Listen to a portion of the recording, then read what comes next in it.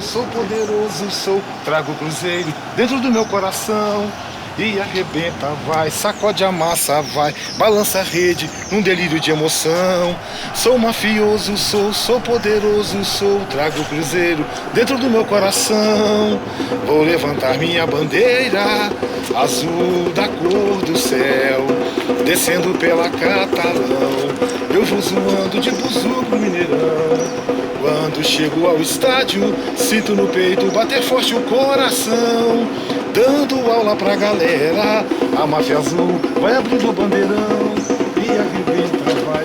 Hoje, larguei tudo pra te ver. Faço isso por amor, dou a vida por você. Zero, para isso para sempre. Te amar eternamente, nada pode nos deter.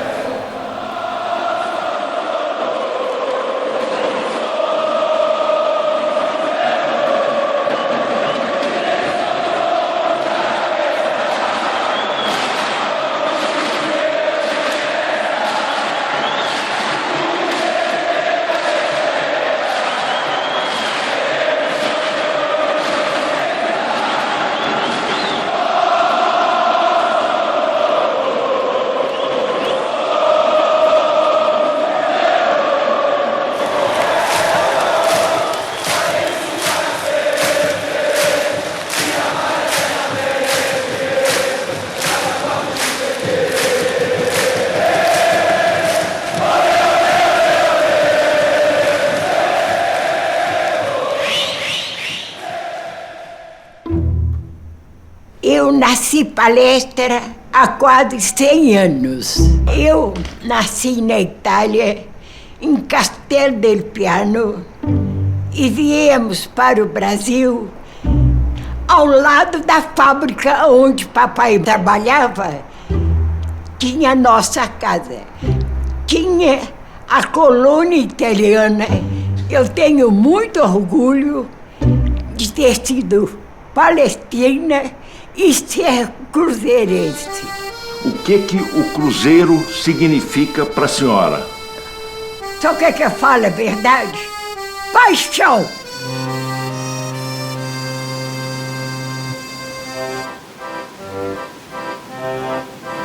Quando se fala de Itália, às vezes as pessoas relacionam o Império Romano, aquela coisa toda.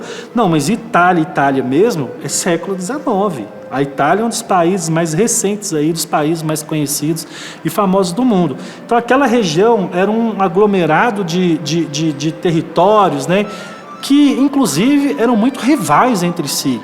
E por conta de ter algumas regiões que no século XIX eram paupérrimas, acontece então esse fluxo migracional, principalmente para os países do continente americano. Então os solteiros geralmente iam para os Estados Unidos, muita indústria, e aqui o Brasil e a Argentina traziam mais famílias. E aí nós temos o papel dos agenciadores, que eram funcionários do governo, não diretos, mas eram contratados pelos governos brasileiros, né, dos estados brasileiros, para captarem a mão de obra. Eles andavam pela Itália, por aquelas cidades que eram as mais necessitadas, certamente, e eles faziam a oferta: olha, sai dessa miséria e vamos para o Brasil. Há um cartaz de época que faz uma propaganda assim maravilhosa. No Brasil é quente, calor. No Brasil há frutas, alimento em abundância. Lá você vai conseguir construir, edificar o seu castelo. Aqui eles passam a ser entendidos como um povo italiano como um todo. que era o que não acontecia com ele na Itália. Na Itália ele era napolitano, ele era do Vêneto, ele era romano. Ele não era visto como italiano, ele passa a ser visto aqui como italiano, né? Mas já havia a imigração em massa para o Brasil anterior a 1888. Não começa em 1888, mas ela se acentua a partir da abolição da escravatura, sobretudo aqui em Minas Gerais. Então fala que o italiano veio para substituir o negro que foi livre. Não, aqui em Minas, ele veio para trabalhar ao lado do negro. Acho que eles eram chamados de os escravos brancos, porque eles vinham aqui para serem tão explorados quanto os escravos que tinham acabado de ser alforriados.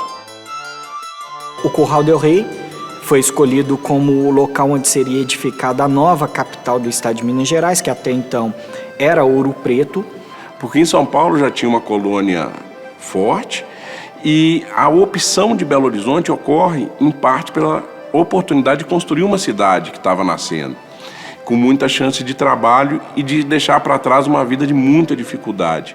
Inaugurada a nova capital, cujo nome escolhido foi Belo Horizonte. E estes imigrantes, eles permanecem, participam da primeira sociedade de Belo Horizonte. Nessa época, a população de italianos em Belo Horizonte era maior do que as outras populações, inclusive de brasileiros. Então se construiu colônias agrícolas, muito homogêneas, porque vinha o pessoal todo de um lugar para outro lugar aqui em Belo Horizonte. Esses bairros que vão da região da Serra até o Carlos Prates, Magiana, Avenida do Contorno, todos eram colônias agrícolas, né? Então os italianos chegaram aí. Mas vai acabar ficando marginalizada dentro da cidade, né?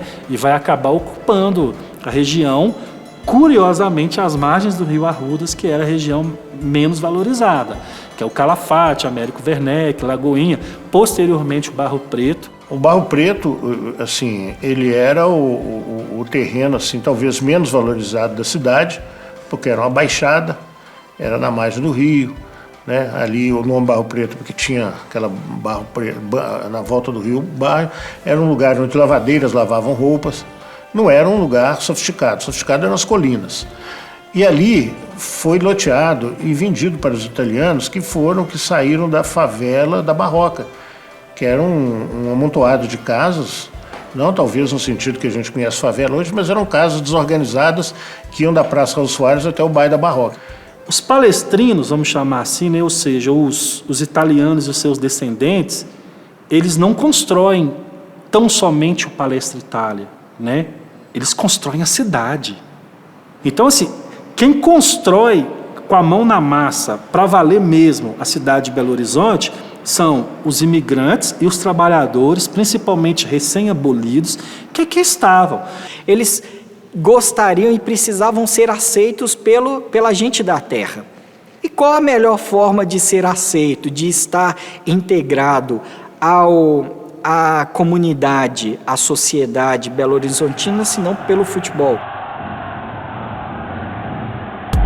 Em 1903, começa o futebol na cidade.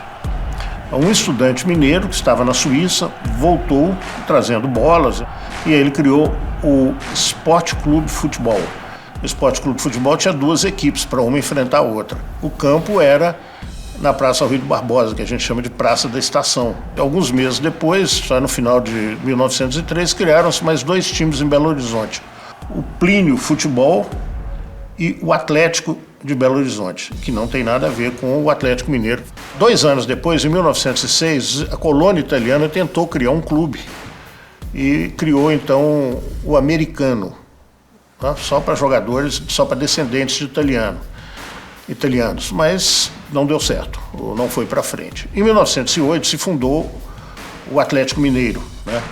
Aqui filhos de famílias abastadas, filhos de comerciantes, né? Em 1910 se fundou o América. Quer dizer, o América se fundiu com o Minas Gerais. Por isso o América começa a contar a história dele a partir de 1912 e não de 1910. Então o América fundiu com Minas Gerais, manteve o nome. O Atlético, anos mais tarde, viria a se fundir com o Higiênicos. Nessa altura, os clubes principais eram os dois e mais o IALI. O IALI era no Barro Preto, Por isso tem essa confusão, que muita gente pensa que o Palestra é a continuação do Iali. Não, não era, e pelo contrário, havia muita rivalidade. Em 1916, os italianos tentaram novamente criar um clube, criaram o Scratch Italiano. Também não deu certo. Os jogos aconteciam num campo que era um hipódromo, né? Ao mesmo tempo que ele era um estádio de futebol, ele também tinha corridas de cavalo, e ele passa a receber os times do Campeonato Mineiro, ele passa a ser o estádio oficial da Liga Mineira. Ficava no Prado, né? E tinha o nome de Hipódromo do Prado Mineiro. E ali começavam a ser realizados os primeiros campeonatos, né, da cidade. E aí, nessa pré-palestra, nós tínhamos alguns times de futebol que já tinham sido fundados, onde haviam italianos ou ítalo-descendentes. Então, eles jogavam por esses times. Mas, pouco a pouco, vai crescendo um sentimento de ter um time para chamar de seu, né? Um time que realmente estivesse identificado com a comunidade italiana. Futebol, sobretudo naquele período, era algo de diversão, era algo de lazer, mostrar que eu estou integrado à sociedade. Então, muitas famílias têm esse orgulho, outras famílias que têm o orgulho, como os Falsi, eles têm o orgulho de terem participado e de terem construído a história do Palestra Itália. O clube foi feito por amor, uma necessidade deles se encontrarem, deles se divertirem, deles terem um relacionamento maior. E a partir daí foi por amor. O crescimento da colônia em Belo Horizonte, da colônia italiana em Belo Horizonte, ela já era por si só motivada a ter um clube que a representasse, né? Palestra de São Paulo, né? Conquista o Campeonato Paulista, né? E isso dá causa um burburinho aqui em Belo Horizonte, né? As pessoas começam a pensar, então a gente pode sim realizar o nosso sonho de ter um clube que represente a colônia, né?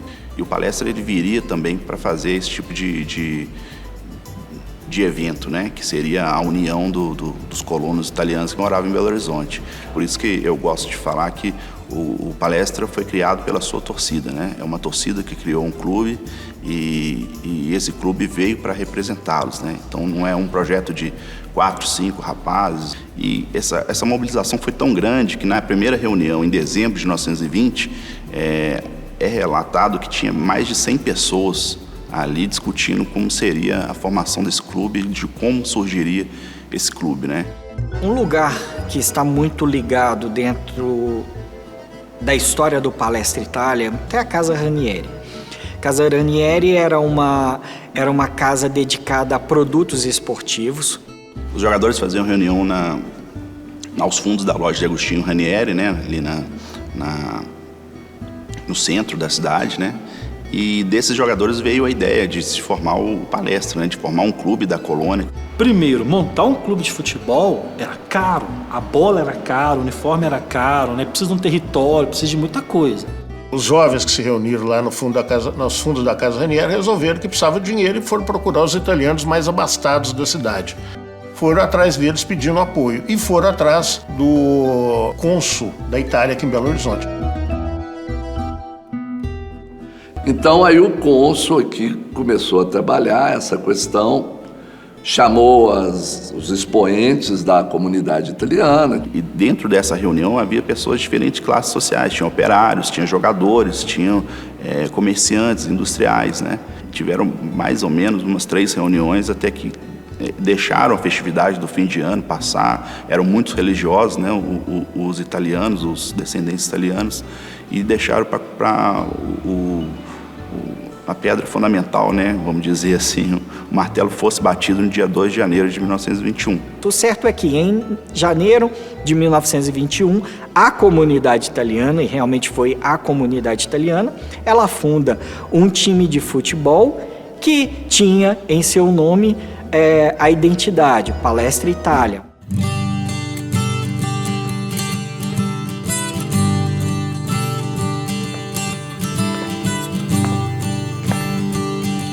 No campo da luta, entramos contentes, sentindo frementes a alma vibrar. E neste entusiasmo nos traz a pujança da firme esperança de sempre ganhar.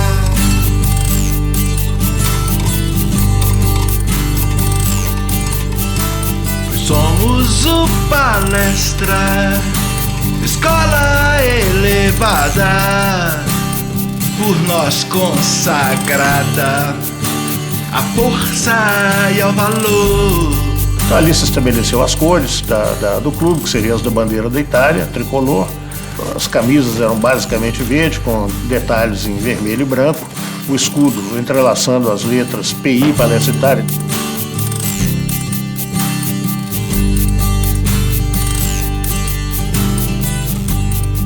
Primeiro, o Estatuto do Palestra Itália, está registrado no cartório, ele diz que ele é aberto a italianos, brasileiros e gente de qualquer cidadania do mundo. Todos os diferentes se tornavam iguais ali dentro do Palestra Itália.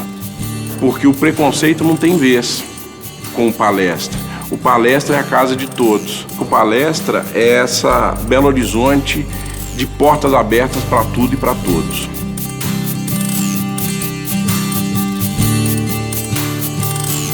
O primeiro jogo do Palestra ali contra um combinado formado por Vila Nova e Palmeiras. O Palestra venceu por 2-0.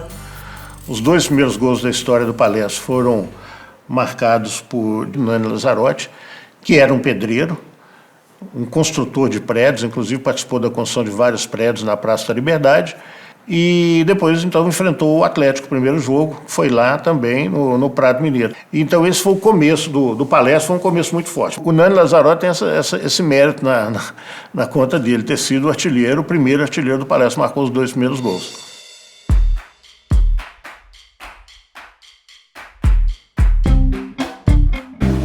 Logo depois da fundação do Palestra, já nos primeiros meses, já é levantada a questão do onde o Palestra vai jogar. Apesar do Palestra Itália ter nascido no centro, a região do Barro Preto era uma região muito habitada por italianos. O estádio, o terreno, é colocado ali. Então foi um estádio conseguido num bairro operário, que era o Bairro Preto, um bairro que tinha uma identidade muito grande com os colonos italianos, né? E boa parte daquela colônia, daqueles operários que ali viviam, puderam participar da construção do estádio. Que foi construído pelo Nani Lazzarotti, que já era construtor na época, tinha sido o primeiro artilheiro e também era o construtor. E ele ergueu o primeiro estádio, que não tinha um nome específico, era o estádio do Palestra. E o jogo inaugural foi talvez um dos mais marcantes da história do futebol mineiro. Foi o Cruzeiro contra o Flamengo. O jogo foi 3-3 com a multidão. Belo Horizonte inteira tentou entrar para assistir o jogo de inauguração do Palestra. Tudo aquilo foi uma época mágica para o torcedor palestrino, sem contar que aquele estádio ele passou a ser oficial da Liga também. Então o Palestra ele não só deu um estádio para a sua torcida, como ele deu um estádio para a Liga Mineira, né? O futebol vivia sob a hegemonia do América. Quem começa mesmo a ameaçar essa hegemonia mesmo é só quando surge o Palestra, né? Um ponto alto que eu vejo é a final de 1922, quando o Palestra iguala em número de pontos com o América. Pela primeira vez durante toda a hegemonia do América, um clube consegue igualar em número de pontos com o América. Ele causa na Liga a necessidade de fazer uma final para que os dois clubes pudessem decidir o campeonato. O Palestra ele traz para a colônia um sentimento de orgulho, né? Um sentimento que o clube podia ser um clube competitivo mesmo, que estaria ali para fazer frente aos grandes da capital. Em 26, o Palestra é expulso da Liga, porque ele ousou viajar a São Paulo para disputar 2 jogos na cidade de Caçapava. Quando ele voltou, houve uma reunião da Liga e o pessoal do América e do Atlético falaram: você não vai disputar mais o campeonato porque você viajou sem nossa autorização. O Palestra, em vez de vir pedir perdão ou fazer algum tipo de média para poder ser reaceito no campeonato na Liga Mineira, ele simplesmente juntou com outros clubes já dissidentes, né, e montou uma outra liga. O Palestra ganha facilmente, tinha um vigor técnico maior, uma capacidade técnica maior que os outros clubes, né. E aí os palestrinhos falaram, bom, agora o jogo é para valer. Os dirigentes do Palestra entraram em contato com os Palestras de São Paulo e disseram vários jogadores de lá. Meu avô contratava funcionários, a princípio, para trabalhar na Casa False, mas o objetivo maior não era trabalhar na Casa False, não era produzir na Casa False. Era ser bom de bola para jogar no Palestra. Ele tinha uma paixão muito grande pelo Palestra. Bom, nessa época surgem jogadores extraordinários. O Ninão, que não era o que a gente chama de centroavante hoje, ou que seria o meia-direita ou meia-esquerda. Na época se jogava num esquema diferente, o WM, você tinha 5 atacantes, e o Ninão era um dos escoltas do centroavante. E ele marcava gols de uma forma absurda. O percentual de gol dele é maior do que o Pelé. A partir daí, o Palestra forma o primeiro grande time da história do Cruzeiro Esporte Clube, né? É um time que teve o maior ataque da história em 1928, né? Marcando 91 gols. E o Ninão, que já era um jogador que já vinha jogando no clube desde 1923, né? Ele não faz parte dessa peneirada que o Palestra fez, desse garimpo, né, que o Palestra fez trazendo de outros clubes. Então o Ninão marca 43 gols, se tornando o maior artilheiro de uma única edição do Campeonato Mineiro até hoje, né? A supremacia do Palestra em 28, 29, 30 era tão absurda que não havia adversários. O Palestra ganha todos os jogos, sem nem sequer empatar algum, né, 100% de aproveitamento, e forma ali o tricampeonato 1930 ali de forma magistral, né? Talvez tenha sido o maior da história do Cruzeiro, pelos resultados em campo. O pavilhão do Barro Preto, né? Então esse apelido era referente à forma que o time jogava, né? Um futebol ofensivo de muitos gols. E isso incomodava, caramba. Como se incomodava? Imagina. Se incomoda hoje, naquela que estavam formando, que eles não aceitavam que os italianos fossem campeões. Na entrega da taça, a taça sumiu. Não apareceu ninguém para entregar a taça para o capitão do Palestra. Onde tem um troféu significa que por ali passaram grandes heróis, né? E esses grandes heróis travaram batalhas e saíram campeões. Então, o troféu é a prova disso. Toda vez que eu pego no troféu, é respeito. E a federação, então, escondeu o troféu. O Cruzeiro pegou a bola do jogo final e levou como troféu.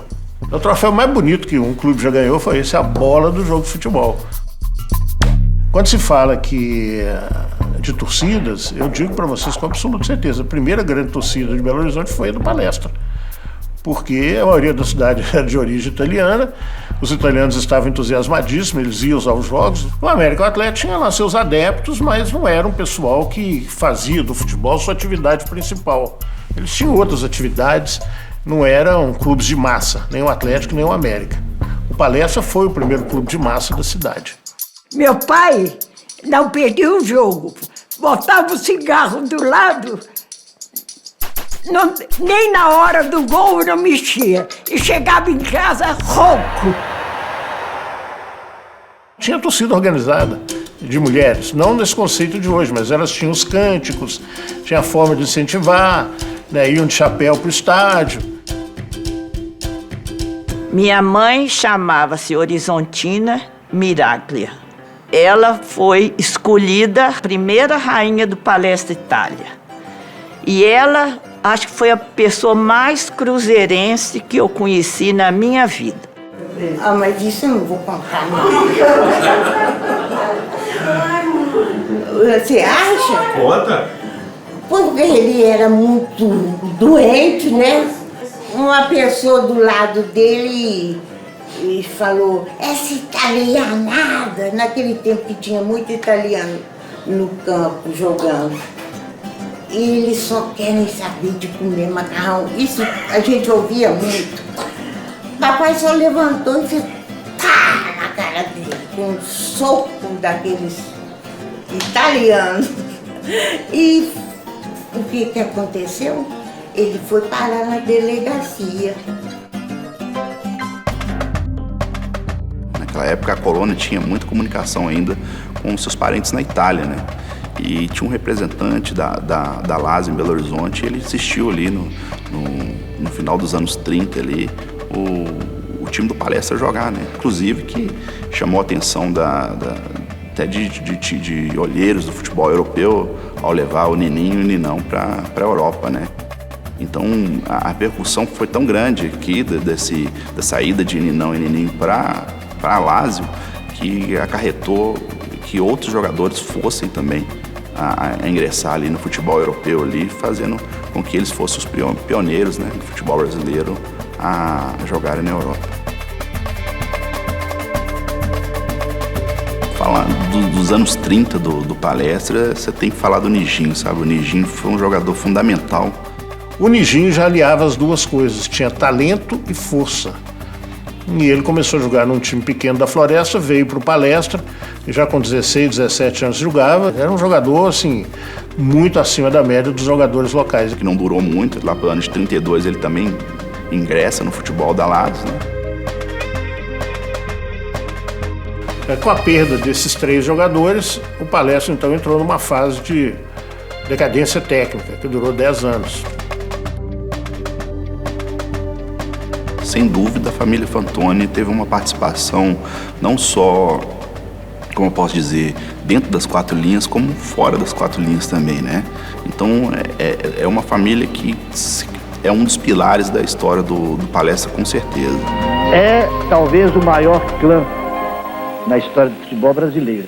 Ninão, Nininho, Nijinho, Orlando Fantoni, Benito e Fernando, esses 2 últimos filhos do Ninão. E aí quando o Nijinho ele desembarca em Belo Horizonte, né, os clubes perguntam a ele, os repórteres perguntam a ele, você tem a proposta do Peñarol, você tem proposta do Flamengo, do Botafogo, por que você vai voltar pro Palestra, né? E aí ele diz, os Fantoni são uma extensão do Palestra. Então ele, querendo ou não, em outras palavras, ele disse, eu estou voltando para minha casa, né? A história que antecede a chegada de Tostão, Dirceu, Piazza, né? Nijinho é, sem dúvida nenhuma, um jogador que a gente deve mais referenciar, né? De ataque que eu vi jogando foi o Nijinho. Craque. Ele fazia cada gol extraordinário. O Nijinho é uma enciclopédia do futebol naquele tempo, tipo Messi, que agarra a bola no pé direito aqui e joga a canhota e ninguém toma a bola dele. Mais ou menos assim. Ah, era bonito ver ele jogar. Eles faziam muito gol. O Nijinho ele era conhecido como um menino metralha. Era um jogador de decisões, ele crescia tanto em finais como em clássicos. Então o maior artilheiro do confronto contra o Vila é o Nijinho, no confronto contra o América é o Nijinho, no confronto contra o Atlético também é o Nijinho, 25 gols. E ele fica o ano de 35 e o ano de 36 todo aqui. E nesse ano de 36 ele estava num nível técnico muito alto, que ele jogou na seleção mineira, se destacou na partida e foi convocado para a seleção brasileira. Sendo assim, ele foi o primeiro jogador de um clube mineiro a vestir a camisa da seleção brasileira. Isso para o Palestra, isso para a gente palestrina, né, cara, isso foi uma coisa sensacional. E daí fica difícil para o Palestra segurar, né? Então chegou a proposta do Palmeiras, ele foi por empréstimo para o Palmeiras, depois chegou uma proposta do Vasco, o Palestra tentou segurar a proposta do Vasco, não conseguiu, acabou que ele foi para o Vasco, né? Então ele joga no Vasco de 37 a 38, né? E 39 ele volta para o Palestra. Para a gente entender um pouco qual que é a importância do Nijinho na história do Palestra, o Palestra tinha passado a década de 30 inteira sem ganhar nada. E quando ele volta em 39, e aquilo ali vai dando uma encorpada para o Palestra até que chega no ano de 1940. O ano de 1940, o Palestra faz uma ótima campanha e vai para a final com o Atlético. E ali o Palestra ganha com muito por conta do futebol do Nijinho, conquista o campeonato de 1940, começa a se desenhar a rivalidade Atlético e Palestra. Para a gente ter uma ideia do tamanho dessa rivalidade, o primeiro jogo a receber a alcunha de clássico foi Palestra e Atlético em 1934. Nós saímos do campo do Palestra aqui no Barro Preto para jogar aqui no Atlético. Então saía a pé porque é 4 ou 5 quarteirões. Nós íamos, sem nada. Jogava, mas de volta, a gente ia voltar com a chuteira na mão. Para dar pancada nos quem enchesse o saco da gente. Então se perdesse, você não... futebol tem muitas recordações boas. E esse campeonato de 1940 foi um campeonato muito celebrado, porque há 10 anos o Palestra, né, nunca conquistava títulos. E o Nogueirinha conta que os jogadores foram carregados no ombro pelos torcedores do Palestra até na Praça 7. Era uma festa, depois foi todo mundo tomar chopp. Aí vem um grande problema, uma grande crise, que é o Brasil entrar na guerra contra a Itália.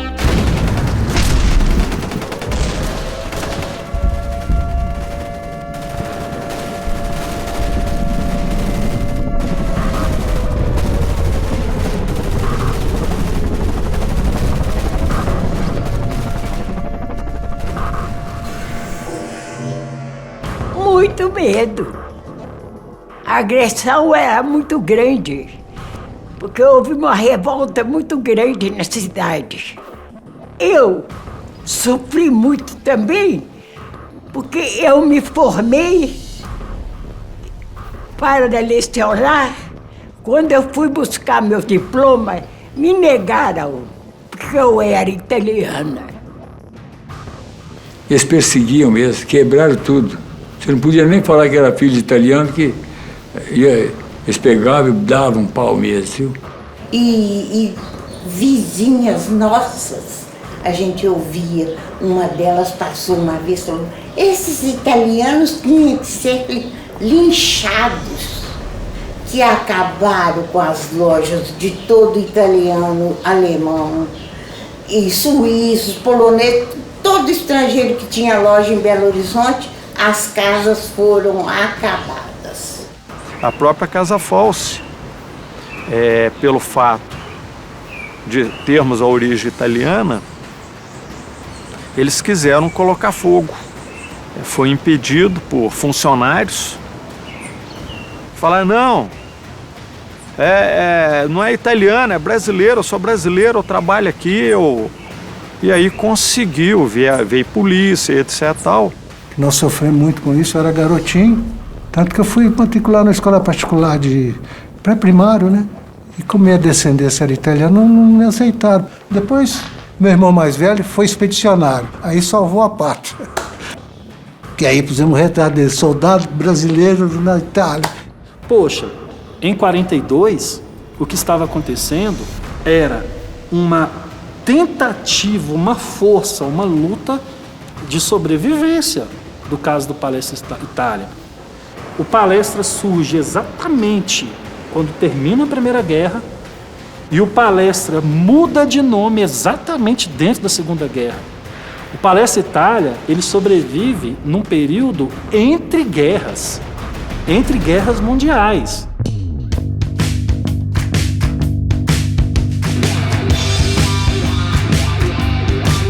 No campo da luta, entramos contentes, sentindo frementes, a alma vibrar, e desse entusiasmo nos trazia a pujança da firme esperança de sempre ganhar. Nós somos o Palestra, escola elevada, por nós consagrada a força e ao valor.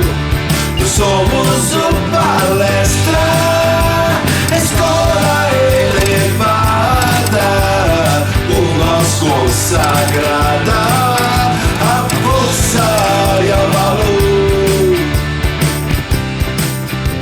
A bandeira tem o Cruzeiro do Sul, o hino nacional, a imagem do Cruzeiro resplandece. Então não existe nada mais brasileiro. Todo estrangeiro que faz alguma coisa importante para o Brasil, um relacionamento, ele vem ao Brasil, ele recebe a maior comenda do Brasil, então chama-se a Ordem do Cruzeiro do Sul. O dinheiro do Brasil era réis, virou cruzeiro, o Cruzeiro Novo. Então, Cruzeiro é Brasil.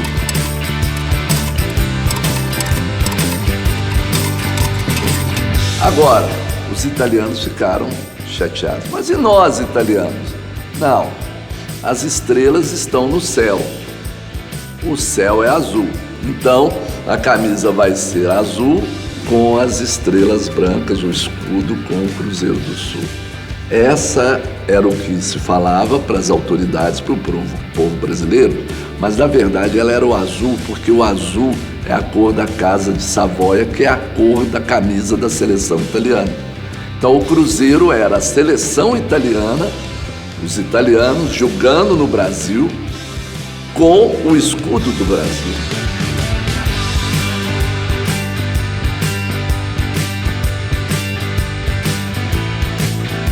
A camisa do Cruzeiro é lindíssima, né? A camisa do Cruzeiro, na verdade, é uma camisa que extrapola o Cruzeiro, é uma camisa brasileira, né? Da nossa constelação. É uma representação de história do Brasil, história de Minas Gerais, mestiçagem, hibridismo, representações celestiais, cores, né?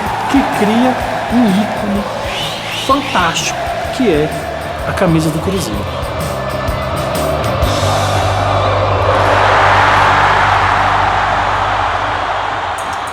Mas o Cruzeiro fez um grande time e foi campeão mineiro em 43, 44, 45. Veja só, saindo de uma crise, tendo que mudar de nome, correndo da polícia para não perder o patrimônio, e consegue um tricampeonato. Isso valeu ao Cruzeiro, na época, o apelido, o apodo de Cruzeiro Duro. Cruzeiro era isso, era um clube de muita força. Cruzeiro duro, era difícil para vencer o Cruzeiro. Era difícil. Geraldo II, que era o goleiro, Geraldo Domingos, uma figura extraordinária na história do Cruzeiro. O Geraldo II era o mestre obras, o pedreiro, né? E ele nunca largou essa profissão. Enquanto jogou no Cruzeiro, ele era pedreiro, construía casas, construía a igreja de São Sebastião, ali do lado do Cruzeiro, no Barro Preto. É uma figura extraordinária da história do Cruzeiro. Cafu, perguntaram quem é o melhor goleiro de Minas. Sou eu, depois do Geraldo.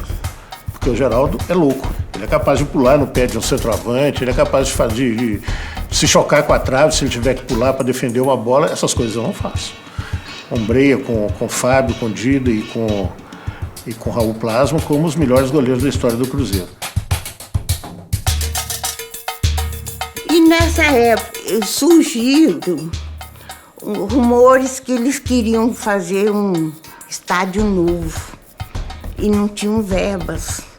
E pensaram em angariar fundos com os sócios. O campo do Barro Preto foi construído pelos jogadores e pelos próprios associados, sua grande maioria, cotizando, dando cimento, outro da areia, da pedra. O Emetério, que era o volante, hoje a gente chama de volante, era o center-half da época, ele era o jardineiro do time, ele que plantou o gramado. Essa foto foi numa grande inauguração do Parque Esportivo do Barro Preto. Meu pai, presidente do Cruzeiro, inaugurando exatamente o campo de futebol do Barro Preto. Mário Grosso foi meu pai. Ele viveu pelo Cruzeiro. E papai era assim, né? Sempre foi muito astuto. Ele tinha uma coragem para investir nas coisas e sempre com muito sucesso, sabe? Tanto é que na passagem dele pelo Cruzeiro, a mascote do Cruzeiro, que é a raposa, foi em função dele. Porque a raposa é um animal que é muito astuto. Por isso é que ele criou a raposa como sendo a mascote do Cruzeiro Esporte Clube.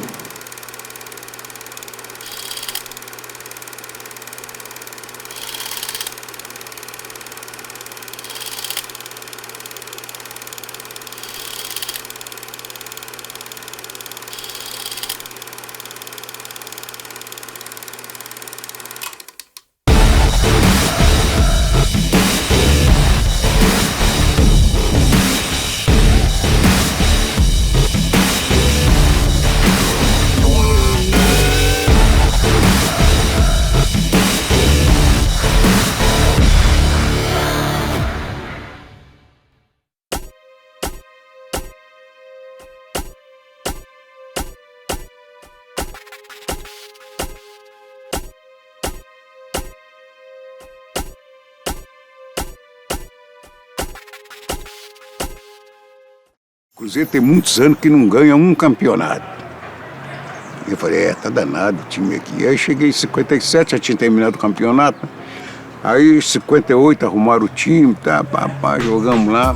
O Cruzeiro não tinha um timão assim, não. Depois que eles foi ajeitando, entrosando, aí trocou a diretoria, né? Chegou Antonino Pontes, que era o presidente na época. Que chegou depois, Antonino Pontes, Forlete e Felício. Chegaram os três. O Cruzeiro estava com pagamento atrasado, tudo, aí eu sei que encaixaram, arrumaram dinheiro, pagaram tudo. O Nijinho foi o primeiro ídolo do Felício Brandi. E como diretor de futebol falava assim, Felício, nós não vamos aceitar o Nijinho, nós não vamos pagar. Aí o Felício falou assim, não, Nijinho é um ídolo cruzeirense, é um ídolo palestrino, eu vou pagar o salário dele. E ele vai ser o técnico, porque além de tudo o Felício era muito supersticioso e todo o tri do Cruzeiro ou do Palestra tinha que ter alguém da família Fantoni. E aí veio o Nijinho e o tri veio também por sorte. Mas o de 59, que foi decidido em março de 1960, isso foi uma explosão na cidade, porque a torcida estava engasgada, né?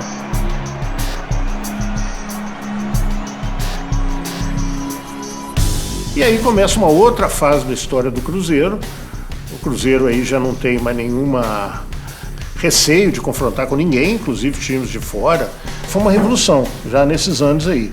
Eu assistia todos os treinos do Cruzeiro e me lembro que a véspera dos grandes jogos eu levava até foguete para soltar, para incentivar os jogadores.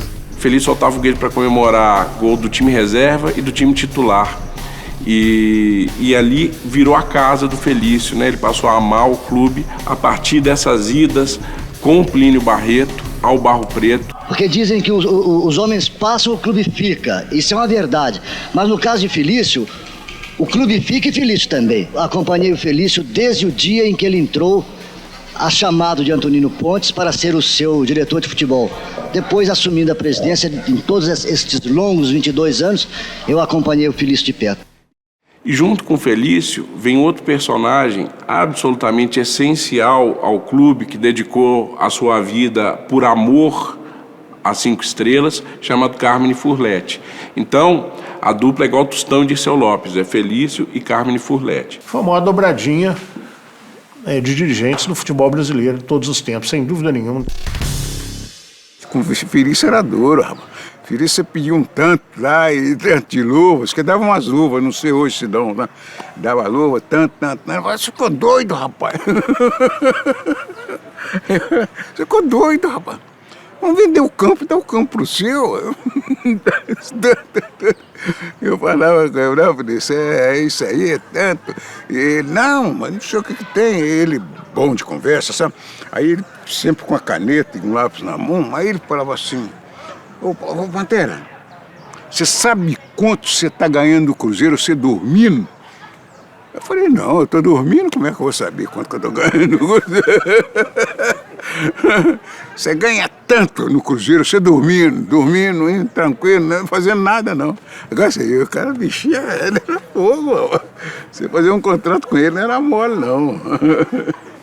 Logo que nós assumimos a direção do Cruzeiro, nós começamos a procurar grandes valores e conseguimos formar várias grandes equipes. Raul, Pedro Paulo, Procópio, William Procópio Neco, Piazza, Dirceu, Natal, Evaldo, Tostão e Hilton Oliveira. A primeira vez que eu me lembro, com clareza, de ter ouvido falar em Tostão foi numa tarde de sábado na casa dos meus pais. Me lembro do narrador da TV Tupi, Walter Abrão, se referindo a Tostão da seguinte maneira: dizem aqui em Belo Horizonte que Tostão é o Pelé mineiro. E eu achei muito engraçado e comentei com meu pai, imagina um cara com o apelido de Tostão, pode ser o Pelé. Pelé já valia milhões de dólares.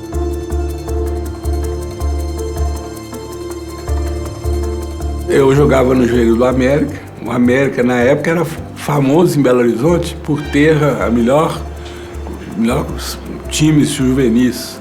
de garotos. Então, com 16 anos, o Cruzeiro me procurou para falar, nós queremos que você seja jogador profissional. Aos pouquinhos eu fui me tornando ali o craque do time. Um ano depois, com a minha idade, chega um outro grande craque, que é o Dirceu Lopes. Primeiros treinos com o Dirceu Lopes, nós dois meninos, nós dois com 17 anos, e parecia que a gente jogava junto há muito tempo, né?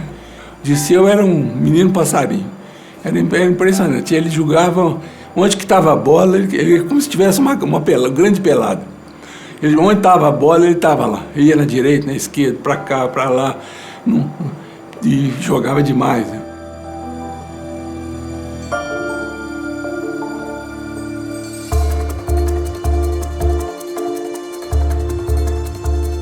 Desde pequeno aqui nos campinhos de futebol, e cujo sonho era ser um dia um jogador de futebol do Cruzeiro, né? Era meu sonho de menino, de criança. E aí, com 16 anos de idade, eu recebi o convite do Cruzeiro e pude transformar o meu sonho em realidade. Mas eu não cabia de mim, de felicidade, de poder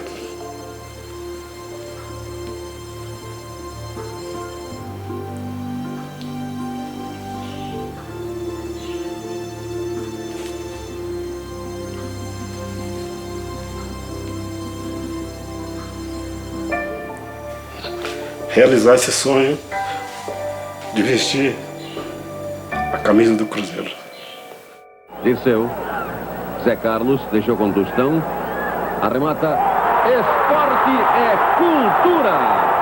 Tostão, camiseta número 9, Cruzeiro 2, São Paulo 0. A dupla Tostão-Dirceu Lopes é uma dupla que pouquíssimos times na história do futebol mundial tem semelhante para apresentar.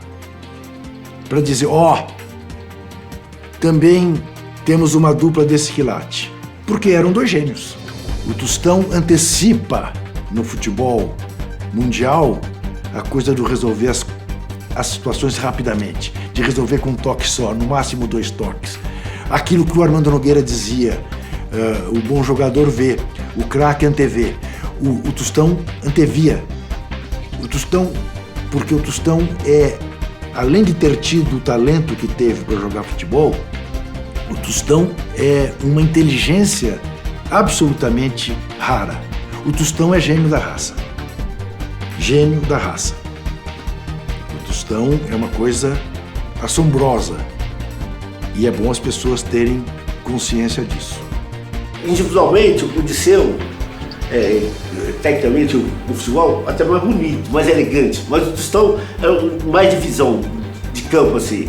E com a vantagem que o Tostão, se você entrasse no espaço certo, na defesa contrária, quando a bola estivesse no pé dele, ele tinha capacidade de enxergar esse jogo, de colocar essa bola para que você chegasse na cara do gol e fizesse o gol. Mas que eu gostava de ver jogar era o Evaldo, porque ele jogava de costas e fazia gol. Lembra? Aí quando o Evaldo chegou, na primeira noite na concentração dele do Barro Preto, ele chegou e viu o Tostão arrumando as camas. Aí ele pensou, nossa, aqui o craque do time arruma a cama, eu tô ferrado. Pensar, futebol é fácil, é só correr pra lá, chutar pra cá, não é não, meu filho, você tem que pensar. O que a sua perna faz é que você pensou aqui.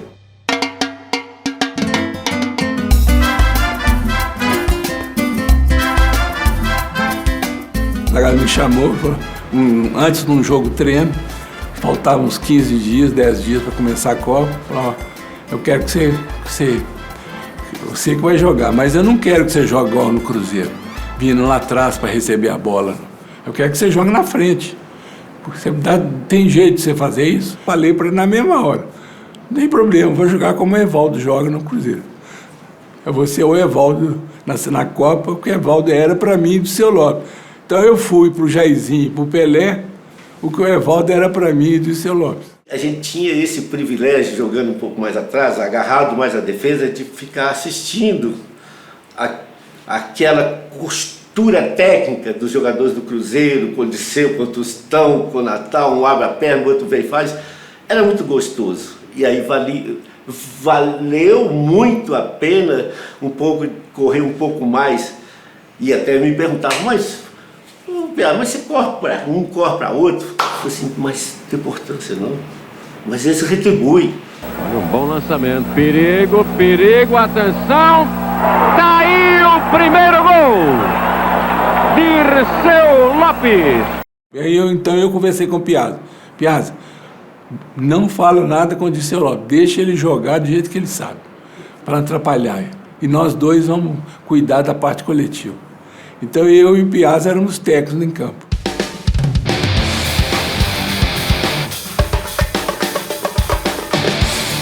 Para aquele time, realmente precisaria de um novo espaço, um novo tempo.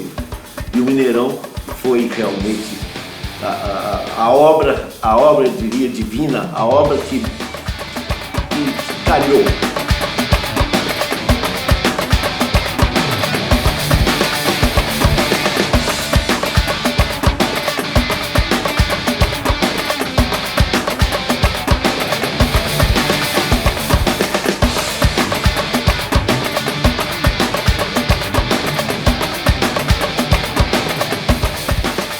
Começou o Cruzeiro no Mineirão, ficou todo mundo encantado, era uma coisa impressionante. Que a gente ganhava de 6, 7, 8, 9 e jogava, era um espetáculo de futebol. Então o futebol brasileiro era Rio e São Paulo. Então eu fui convocado, que foi o maior acontecimento em Belo Horizonte, um jogador mineiro convocado e depois nos treinos eu garanti meu lugar na Copa, 66. Teve um jogo treino do Cruzeiro contra a seleção brasileira. Aí meu pai estava doido para conhecer o Pelé. Mas porque a gente estava. Aí eu apresentei o Pelé para ele, sempre sabe, ele chorou, me deu o Pelé.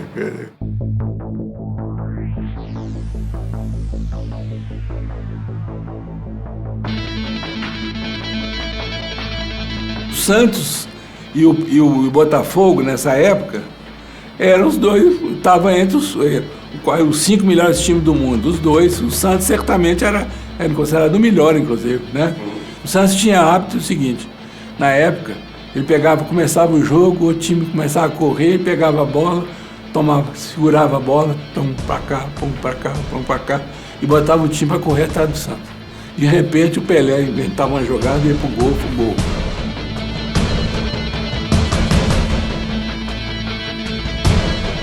Então, nós temos que surpreender ele, começar na correria grande, né? E o Cruzeiro corria tanto, né? Eu, Dirceu, o Evaldo, Natal, mexíamos tanto, né? Que o Santos ficou doido. Nós passávamos e um trocava o passe rápido pro outro. O Santos não via a bola, não conseguia marcar a gente e nem tinha bola. Então foi um jogo 1000 por hora. Eu virei até gandula. Para começar, eu não vi o primeiro gol. Eu já estava colocando o banquinho para sentar, na hora que eu viro, a torcida gritando, 1-0. É inacreditável, porque terminou o primeiro tempo, 5-0. Eu lembro, a gente olhava para o lado, olhava para o outro. O que é isso que está acontecendo? 5-0 no primeiro tempo, né? Eu lembro que entraram lá no vestiário dos Ganduras e falaram, não, mas que show! E só tinha o Gandura criticando. E tudo ficava amarrado. No meio do gramado, recolhe o quarto zagueiro da equipe mineira, que é Procópio entrega Neco. Neco dá na frente, Tostão, vai descendo o jogador da seleção brasileira. Entrega no comando do ataque, Evaldo. Evaldo rolou na direita para Dirceu Lopes, faz a abertura na frente para o Natal, correu, chutou. Gol!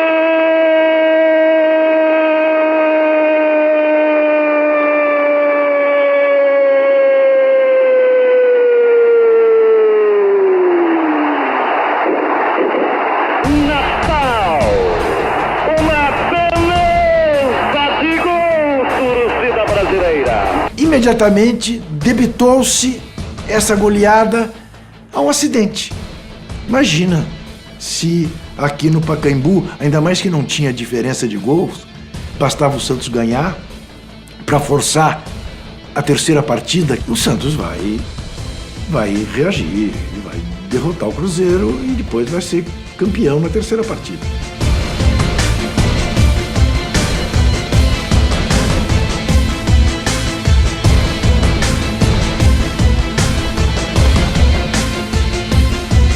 Mas o Santos entrou para tentar fazer o que o Cruzeiro fez no Mineirão.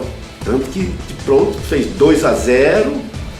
E eu recordo bem ainda que quando estava 2-0, o Pelé pegou a bola quase lá no meio de campo, com o campo molhado, tudo, e bateu pro gol. Ela resvalou no poste do lado direito do Raul, embaixo, que ela foi rasteiro, e saiu para linha de fundo. E eu lembro, o Pelé comentou para mim, é questão de sorte, viu? 2-0 para o Santos no intervalo, né? É a famosa história do presidente da Federação Paulista de Futebol, né? Mendonça Falcão, entrando no vestiário do Cruzeiro para combinar com a direção do Cruzeiro como seria o jogo seguinte no Maracanã. Aí que o nosso treinador, Ayrton Moreira, que inclusive tinha sido jogador de futebol, é que nos chamou a atenção. Vocês ouviram? Vocês viram? Então o que vocês têm que fazer? Vocês têm que acreditar em vocês. Nós temos que reagir, temos que mexer com nossos brilhos, nós temos que confiar em nós e tal. Quer dizer, é uma coisa que toca. Você fala assim, não, vamos ganhar. Mas nós estamos perdendo, vamos ganhar. Eu falo, se tiver que perder, perca. Porque o futebol não oferece só vitórias. Pode perder, chorar, mas não chore nunca por ter deixado de lutar. No segundo tempo, o Cruzeiro veio com uma avalanche. Aí começa o jogo, aí eu perco o pênalti, né? Aí aquilo me incendiou, né? Em vez de eu bater, muitos jogadores se abatem nessa situação. Me incendiou de que eu tinha que fazer coisas dentro de campo para recuperar aquilo. Aí logo fiz um gol de falta e logo eu comecei a jogar muito mais do que eu estava jogando. E não só eu, o Cruzeiro todo cresceu em campo, empatamos o jogo. E interessante, quando o Cruzeiro fez 2-2, já dava o título para o Cruzeiro. Eu estava lá no meio do povão, lá na arquibancada, gritando para acabar o jogo, porque o Santos pressionando, um jogo terrivelmente difícil. Daí a pouco o Tostão vai na linha de fundo, dribla todo mundo, dá para trás, Natal vem e faz o terceiro. Aí eu gritei, continua.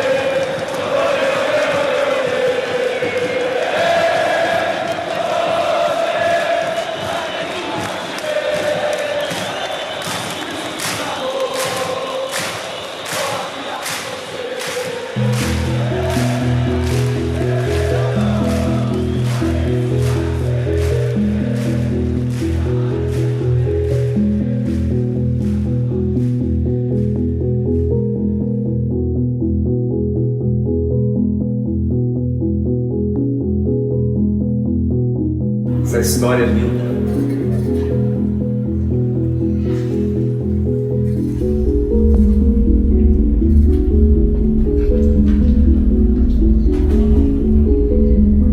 É uma doação muito grande.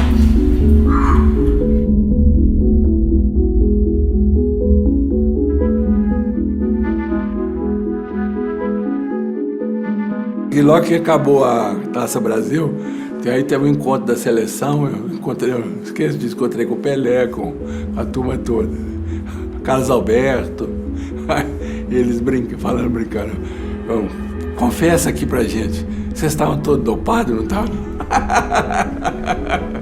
Não, era juventude e correria, não tinha dope, não. Eu comecei a correr demais, aí eu nem vi a bola. Então, a partir dali, ficou muito claro que tínhamos um fenômeno em Minas Gerais, chamado Cruzeiro. Eu também não tenho dúvida em dizer que o time do Cruzeiro, de meados dos anos 60 até o começo dos anos 70, foi um dos maiores times da história, não do futebol brasileiro apenas, do futebol mundial.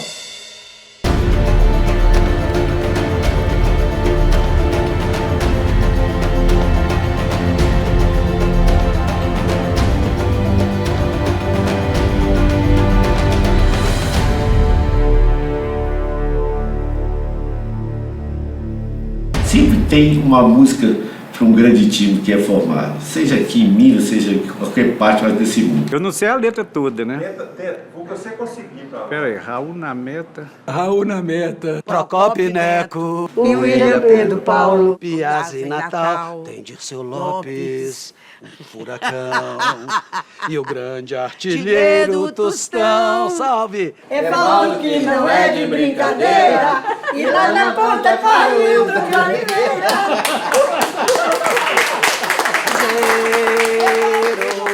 Uma cerveja, por favor. Essa Cruzeiro até morrer. Palestra e Cruzeiro, tá dentro do meu coração. Para sempre. Até o fim.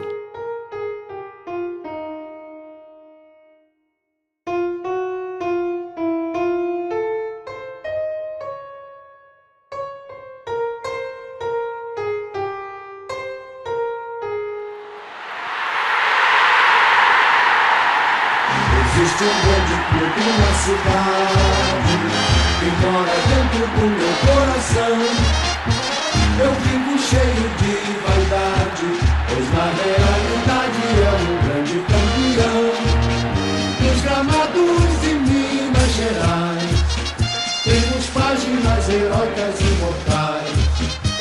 Cruzeiro, Cruzeiro querido, tão combatido, jamais vencido.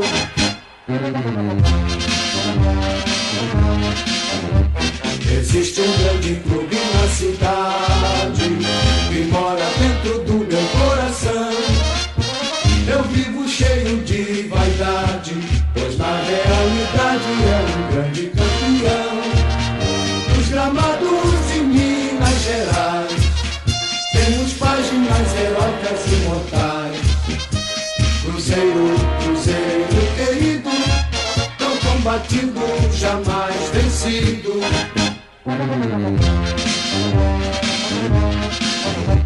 Existe um grande clube na cidade que mora dentro do meu coração. Eu vivo cheio de vaidade, pois na realidade é um grande campeão. Nos gramados de Minas Gerais temos páginas heróicas imortais.